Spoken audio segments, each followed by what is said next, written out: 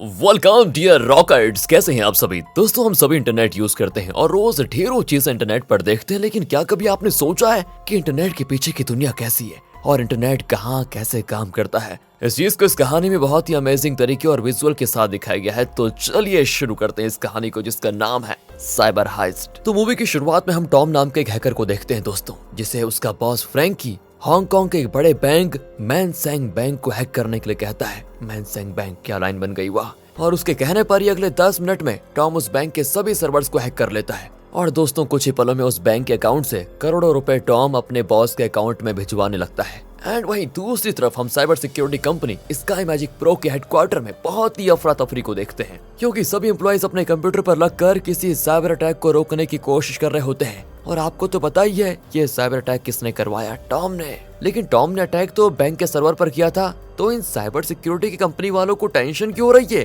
दोस्तों। इसका रीजन ये है कि स्काई मैजिक प्रो कंपनी बड़े बड़े बैंक की साइबर सिक्योरिटी हैंडल करती है, और ये उन्हीं का काम है कि वो इन पर हो रहे साइबर अटैक को रोके। जहां पर मैनसेंग बैंक दोस्तों इनका ऐसा ही एक खास क्लाइंट है, जहां इनको इस सिक्योरिटी को देखना होता है। और इस वक्त सभी मैनसेंग बैंक पर हो रहे साइबर अटैक को रोकने की कोशिश कर रहे होते हैं। लेकिन दोस्तों उसी दौरान हम ये भी देख पाते हैं कि ये सभी इसमें बुरी तरह फेल हो रहे हैं। कोई भी टॉम के कोड्स को ब्रेक नहीं कर पा रहा होता है, जिससे टॉम बैंक के सर्वर को काफी लंबे समय से हैक करके रखता है। पर तभी हमें ये भी पता चलता है कि फ्रैंकी, जिसने टॉम को ये सब कुछ करने को कहा है, वही दोस्तों इस साइबर सिक्योरिटी कंपनी में सीनियर भी है, और वही इस बैंक के सर्वर पर अटैक करवा रहा है। बताओ यार। हालांकि टॉम इस कंपनी में काम नहीं करता। अब चीजों को अपने हाथ से निकलता देखकर उस कंपनी का एक एम्प्लॉय जेसन केविन को कॉल करता है, जो कि दोस्तों इस कंपनी का एक दूसरा एम्प्लॉय है। अब उसी दौरान हमें इनकी बातों से पता चलता है कि केविन की एक बेटी है बोवी, और दोस्तों हाल ही में उसका हार्ट सर्जरी हुआ है, जिस वजह से केविन काम से दूर था और इस वक्त वो अपनी बेटी के स्कूल में एडमिशन करवा रहा है,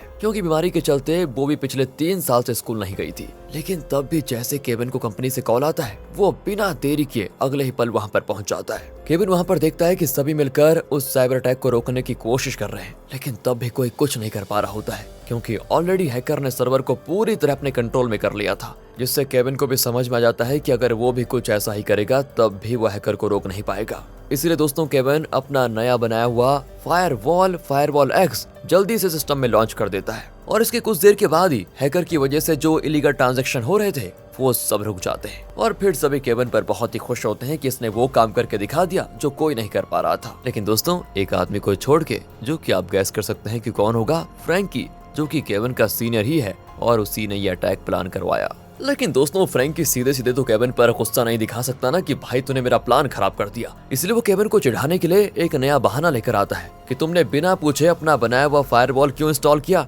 अगर इससे हमारी कंपनी पर कुछ हो जाता तो। और दोस्तों ऐसी कई सारी बातें वो केविन पर चिल्लाता भी है, लेकिन आखिरकार केविन ने तो अटैक को रोका था, इसलिए जल्द ही उसको शांत भी होना पड़ता है। और फिर हमें पता चलता है कि जब तक केविन ने अटैक को रोका तब तक बैंक से अच्छे खासे पैसे चले गए थे।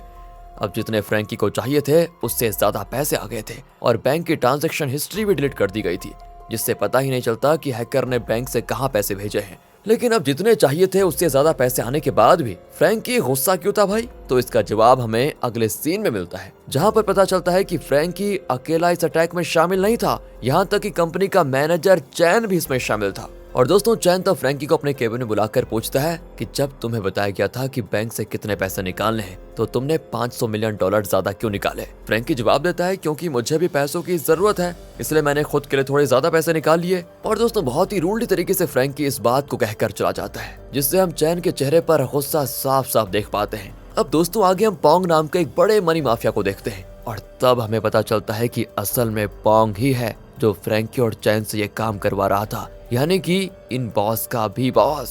पोंग तभी चैन से पूछता है कि इस बार प्लान के हिसाब से ज्यादा पैसे क्यों लूटे गए, जिस पर चैन ठीक से जवाब नहीं दे रहा होता है, वो भी क्या कहेगा बताओ। और इस बात को गौर करते ही पोंग वहाँ चैन के भाई वाई को लेकर आ जाता है, और उसी के सामने अपने आदमी को उसकी जान लेने के लिए कह देता है। तभी चैन कांपते हुए पोंग को बताता है कि फ्रैंकी ने प्लान को बदला था और उसने अपने लालच के चलते ज्यादा पैसे लूट लिए। दोस्तों ये सुनते ही पोंग का गुस्सा तो 7वें आसमान पर पहुंच जाता है, और अब जो सीन आप देखने वाले हैं उससे आपको इस बात का अंदाजा हो जाएगा कि ये पोंग कितना खतरनाक आदमी है। पोंग तभी चैन को कहता है कि तुम इसी वक्त फ्रैंकी और उसके पूरे फैमिली को डिनर पे इनवाइट करो, जैसा कि चैन करता भी है। और फिर अगले ही पल फ्रैंकी अपनी फैमिली के साथ चैन के घर पर जा रहा होता है, और पोंग अपने हैकर्स के जरिए फ्रैंकी की कार को कंट्रोल करवाता है और कार के गेट्स लॉक करके उसी की स्पीड को 150 किलोमीटर पर आवर पर रोक देता है, जिससे फ्रैंकी उसको कंट्रोल नहीं कर पाता और इसी के चलते फ्रैंकी और उसकी फैमिली का हो जाता है एक्सीडेंट, जिसमें उसी वक्त उसके बच्चों की भी मौत हो जाती है। हालांकि दोस्तों इसमें फ्रैंकी और उसकी वाइफ बच जाती है, लेकिन पोंग का गुस्सा अभी भी शांत नहीं हुआ था। पोंग अपने हैकर्स के जरिए कार को ब्लास्ट करवा देता है और तब आखिरकार फ्रैंकी और उसकी वाइफ की मौत हो जाती है। देख लिया दोस्तों आपने।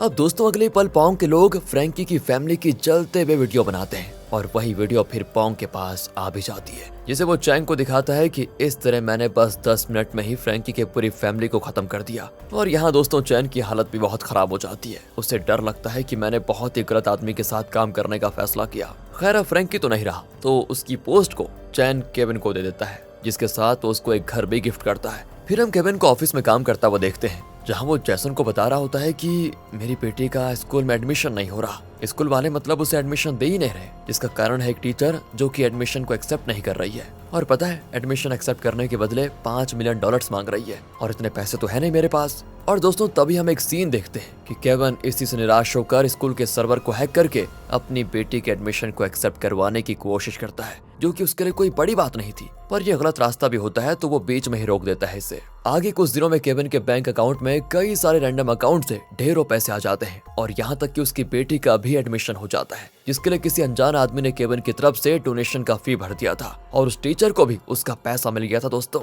ये सारी चीजें केविन के लिए हैरान कर देने वाली थी, क्योंकि उसे समझ नहीं आ रहा था कि ये सब कर कौन रहा है, लेकिन उसे इसका जल्द ही जवाब भी मिल जाता है। चैन उसे मिलने के लिए बुलाता है, जहां वो उसे सब कुछ सच बता देता है कि ये साइबर अटैक मैंने ही करवाया था। और यहाँ दोस्तों वो केविन को अपने साथ जुड़ने का ऑफर देता है, ये कहते हुए कि अब जितने पैसे तुम्हारे बैंक अकाउंट में आए हैं, अगर तुम हमारे साथ मिल जाओगे तो इसका दोगुना तुम्हारे अकाउंट में आ जाएगा। नो नो नो, लेकिन केविन इस ऑफर को रिजेक्ट कर देता है और उल्टा पुलिस ऑफिसर्स को बताने की बात करता है। और दोस्तों अब चैन केविन को याद दिलाता है कि याद करो एक वक्त पर तुम बहुत ही बुरे आदमी थे और कुछ पैसों के चक्कर में तुम जेल भी जा चुके हो, मुझे पता है। लेकिन केविन कहता है कि अब मैं इन चीजों से बहुत ही आगे आ चुका हूँ। तभी दोस्तों हम गौर करते हैं कि केविन एक डिवाइस की मदद से चैन और अपनी बातें रिकॉर्ड कर रहा है। शायद उसे इस बात का अंदाजा पहले ही हो गया था कि चैन ही यहाँ पर ये सब कुछ करवा रहा है, पर चैन को भी दोस्तों इस बात का पता चल जाता है और वो केविन से उस डिवाइस को लेकर पानी में फेंक देता है, जिसके बाद वो वहाँ से चला जाता है। और अब शाम की बात है, जब केविन अपने घर पर आ रहा होता है, तभी उसे बीच में पुलिस ऑफिसर्स रोककर पुलिस स्टेशन लेकर जाते हैं, जहाँ हेड ऑफिसर सुएन केविन से पूछता है कि तुम्हारे बैंक में इतने सारे पैसे कहाँ से आए। और दोस्तों यहाँ पर पता चलता है कि ऑफिसर्स को तो पहले फ्रैंकी पर शक था कि उसने ही वो अटैक करवाया होगा, लेकिन अब उन्हें ऐसा लग रहा है कि केविन भी फ्रैंकी के साथ मिला हुआ था और उसने ही पैसों के लालच में फ्रैंकी को मरवा दिया और अब लूटे हुए पैसों से मनी लॉन्ड्रिंग करने की कोशिश कर रहा है। केविन सिर्फ एक ही बात कहता है कि देखिए मैं इनोसेंट हूँ और मुझे इसमें फंसाया जा रहा है बस। और दोस्तों यहाँ पर हमें ये समझ में आ जाता है कि केविन को चैन ही फंसा रहा है। केविन फिर कहता है कि मैं इनोसेंट हूँ, लेकिन मेरे पास इसका प्रूफ नहीं है। अगर मुझे थोड़ा समय दिया गया तो मैं इसका प्रूफ लेकर आ जाऊंगा कि उस साइबर अटैक के पीछे कौन आदमी है। अब दोस्तों इस पर पहले तो सुएन भरोसा नहीं करता, लेकिन बाद में वो केविन की बात मान जाता है और उसे प्रूफ लाने के लिए कहता है। अब आगे दिखाते हैं तो केविन जब अपने ऑफिस में काम कर रहा होता है ना, तभी चैन टॉम को कहकर एक दूसरे बैंक पर साइबर अटैक करने के लिए कह देता है, जिसमें उन्हें $2 बिलियन उस बैंक से लूटने थे। टॉम इसके बाद अपने काम में लग जाता है और केविन को भी ये बात समझ में आ जाती है कि चैन ने एक दूसरे बैंक को अब अपना शिकार बनाया है, इसलिए वो जल्दी से ऑफिसर सुएन को ये बात बता देता है और साइबर अटैक को रोकने की पूरी कोशिश करता है। इस बार दोस्तों केविन को पहले से ये अटैक का आइडिया था और पिछली बार के अटैक से सीखकर उसने फायरवॉल एक्स का अपग्रेडेड वर्जन बनाया था, जो कि था फायरस एक्स, जो कि उसका सिक्योरिटी एआई होता है। और दोस्तों इसकी हेल्प से केविन इस अटैक को काफी हद तक रोक भी लेता है और साथ ही साथ जहां से ट्रांजैक्शन होने वाला था और जहां जाने वाला था, इन सब की इन्फॉर्मेशन वो उसे मिल जाती है। यानी कि अब उसके पास चैन के खिलाफ एक सॉलिड प्रूफ हो जाता है। केविन फिर प्रूफ के साथ पुलिस स्टेशन की तरफ भागता है, जहां बीच में उसे चैन के लोग पकड़ने भी आते हैं, लेकिन किसी तरह मरते मरते मार खाते हुए वो पुलिस स्टेशन सेफली पहुंच जाता है। लेकिन जैसे ही वो उस प्रूफ को ऑफिसर को देता है, उससे पहले उसकी वाइफ वहां पर आ जाती है दोस्तों और बताती है कि हमारी बेटी बोवी को किसी ने किडनैप कर लिया है। और साथ ही दोस्तों उसे मैसेज आया होता है कि तुम्हारे पति के पास जो प्रूफ है उसे हमें दे दो और तुम्हारी बेटी को बचा लो। और अब ना चाहते हुए भी केविन को प्रूफ ऑफिसर को ना देकर वापस ऑफिस में जाके चैन को देना पड़ता है। वहीं चैन उसे फिर से सिस्टम रिस्टोर करने के लिए कहता है जिससे दोस्तों चैन का इलीगल ट्रांजैक्शन बंद हो गया था ताकि वो वापस काम करने लग जाए। केविन को फिर उसकी ये बात माननी पड़ जाती है और वो अपने ही सिस्टम को ब्रेक करने में लग जाता है, जिस दौरान वो बड़ी चालाकी से अपनी बेटी की लोकेशन का पता भी लगा लेता है क्योंकि बॉबी के हाथों पर एक ट्रैकिंग वॉच होती है। केविन फिर ये लोकेशन अपनी वाइफ स्टेसी को भेजता है और फिर स्टेसी बॉबी तक पहुंच जाती है, उसे बचा भी लेती है। लेकिन तभी वहां पर ऑफिसर्स आ जाते हैं दोस्तों, जो बॉबी को हॉस्पिटल लेकर जाते हैं क्योंकि जब से उसे किडनैप करके रखा गया था उसकी हेल्थ कंडीशन खराब हो गई थी। लेकिन यहाँ पर ये ऑफिसर्स स्टेसी को भी अरेस्ट कर लेते हैं। ऐसा इसीलिए क्योंकि उन्हें इस बात का पता चल जाता है कि केविन के पास साइबर अटैक किसने करवाया उसका प्रूफ था, लेकिन उसने वो प्रूफ ऑफिसर्स को नहीं दिया, उसने वो डील तोड़ दी। मतलब इसी वजह से केविन को फरार घोषित कर दिया जाता है और इसी वजह से स्टेसी को भी अरेस्ट कर लेते हैं ये लोग। तो जैसे केविन को ये बात पता चलती है तो वो स्टेसी को बचाने इनके पास आ जाता है। हालांकि दोस्तों जब केविन को पता चलता है कि प्रूफ की वजह से ही इन्होंने मेरी बीवी स्टेसी को पकड़ा और मेरे पीछे भी वारंट लगा दिया, तो वो इस बात के लिए बहुत ही दुखी होता है क्योंकि अब उसके पास प्रूफ नहीं है। उसे चैन के खिलाफ फिर से प्रूफ इकट्ठा करने पड़ेंगे, जिसके लिए वो अपने एक फ्रेंड माइक की भी मदद ले रहा होता है। अब जो केविन के पास ट्रांजैक्शन वाला प्रूफ था वो तो चैन ने ले लिया था, इसलिए नए प्रूफ के लिए वो चैन के फोन को हैक करता है दोस्तों, और वहां से वो उसके कुछ सीक्रेट ऐप्स में घुसने की कोशिश करता है। जिस दौरान उसको आईडी पासवर्ड पूछे जाते हैं तो उसके पास नहीं होता, इसीलिए वो ऐप के सर्वर को हैक करके उसमें चैन का आईडी पासवर्ड ढूंढने लगता है। और तभी दोस्तों उसे बहुत ही शॉकिंग चीज पता चलती है कि चैन ने अपने बहुत सारे अकाउंट बना के रखे हुए हैं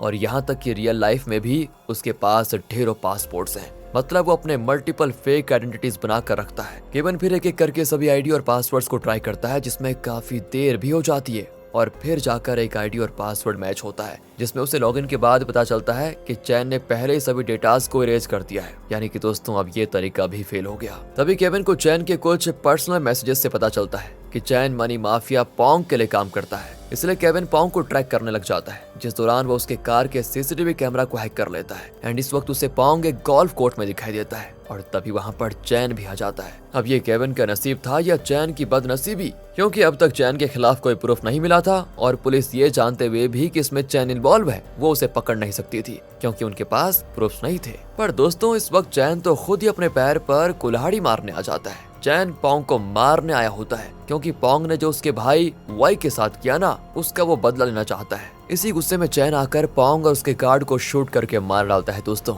एंड उसी वक्त केविन ने पोंग की कार का कैमरा रिकॉर्ड कर लिया होता है, जिस वजह से ये सारी चीजें कैमरे में रिकॉर्ड हो जाती हैं क्योंकि चैन ने कार के सामने ही उन दोनों को मारा होता है। तो इस तरह केविन के पास चैन के खिलाफ प्रूफ आ जाते हैं और वो अगले सेकंड को इस प्रूफ को और चैन की लाइव लोकेशन को पुलिस ऑफिसर्स को भेज देता है। इसके बाद फाइनली पुलिस ऑफिसर्स चैन को पकड़ने निकल जाते हैं। हालांकि दोस्तों चैन बहुत ही चालाक होता है, उसे जल्द ही ये चीज पता भी चल जाती है कि उसके फोन से उसे ट्रैक किया जा रहा है, इसलिए वो बीच रास्ते में ही अपने फोन को फेंक देता है। इसके बाद केविन फिर से डेड एंड पर आ जाता है कि अब कैसे चैन को पकड़ा जाए, जहाँ केविन बहुत ही फ्रस्ट्रेट हो जाता है और उसे समझ नहीं आ रहा था कि चैन इस वक्त कहाँ होगा। तभी अचानक से केविन को याद आता है कि उसने चैन के केबिन में एक मेडिसिन की बॉक्स देखी थी और ये वही की वही सेम मेडिसिन है जो कि वो अपनी बेटी बॉबी के लिए लाता है। यानी कि चैन भी उसी कंपनी से मेडिसिन लेता है जहां से केविन लेता है। तो वो जल्दी से उस कंपनी के सर्वर को हैक करता है और वहां पर चेक करता है कि चैन किस जगह पर इस मेडिसिन की डिलीवरी मंगवाता है, जहां दोस्तों उसको एक पुरानी बिल्डिंग का एड्रेस मिलता है जो कि वही जगह है जहां चैन अपने भाई वाई को रखा हुआ है। असल में दोस्तों वो मरा नहीं है, उसकी हालत बहुत ही खराब हो गई है। केविन फिर इस एड्रेस को ऑफिसर्स को दे देता है और खुद भी वहां पहुंच जाता है, जहां उसे चैन दिखाई पड़ता है और वहां उसका भाई वाई भी होता है जिसकी हालत बहुत ही खराब है। लेकिन दोस्तों यहाँ चैन केविन को शूट करने की भी कोशिश करता है और दोनों में झपट भी हो जाती है,